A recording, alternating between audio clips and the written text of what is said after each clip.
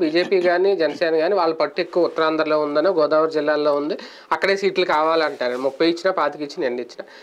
టీడీపీకి కూడా అక్కడే ఎంతో కొంత బలం ఉంది, పట్టుంది.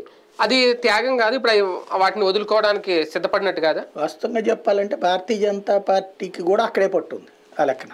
అవును, అదే అంటున్నాను. కాబట్టి ఇంకా అందులో త్యాగం ఏమి ఉండదు, సర్దుబాటు చేసుకోవడం. పొత్తు అంటే టీడీపీ త్యాగం కాదా అంటున్నాను. అదే అంటున్నా, సర్దుబాటే అవుతుంది. కానీ ఇప్పుడు తెలుగుదేశం అక్కడ కంటిన్యూగా గెలుచుకుంటూ వచ్చింది, అక్కడ లేదు కదా. గెలుచుకుంటూ వస్తే పొత్తులేం అవసరం దానికి. 2019లో గెలవలేదు కదా అక్కడ. 2014 గెలిచింది, 19లో దెబ్బతింది కదా. అంతకుముందు మరి 9లో కూడా దెబ్బతింది కదా. కాబట్టి అది మేమే అని పుడింగ్ అని చెప్పుకోవడానికి ఏం లేదు. కలిసి ఉన్నప్పుడు వస్తుంది.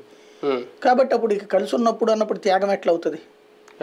కలిసి ఉంటే ఓట్లేస్తున్నారు జనం, ఆ పోలరైజేషన్ జరుగుతుంది. కాబట్టి మళ్ళీ కలిసి ఉంటుంది, దానివల్ల కొన్ని సీట్లు వదులుకోవాల్సి ఉంటుంది. ఒకటి సంపాదించాలంటే ఒకటి వదులుకోవాలి. సీట్లు సర్దుబాటు లెక్క ఒక్కటేనా? పవర్ షేరింగ్ గురించి, ముఖ్యమంత్రి పదవి గురించి కూడా చర్చలు జరిగాయి. అది లేదు అనుకుంటున్నా నేను. అది ఉంటే కనుక చెప్పుండేవాళ్ళు కదా. అంటే రేపు 12కి కానీ స్పష్టత రాదు. ఒకవేళ అమిత్ షా కనుక అట్లా ఉండాలి షేరింగ్ అని చెప్తే అప్పుడు తెలుగుదేశం పార్టీ పొత్తు కొప్పుకుంటుందా లేదా, అది కూడా ఒక లెక్క కదా. తెలుగుదేశం పార్టీకి అయితే పవర్ షేరింగ్ ఇవ్వడం ఇష్టం లేదు. ఒకవేళ ఏమన్నా అమిత్ షా చెప్పి పంపించుంటే అప్పుడు ఖచ్చితంగా తలొగ్గాల్సిందే.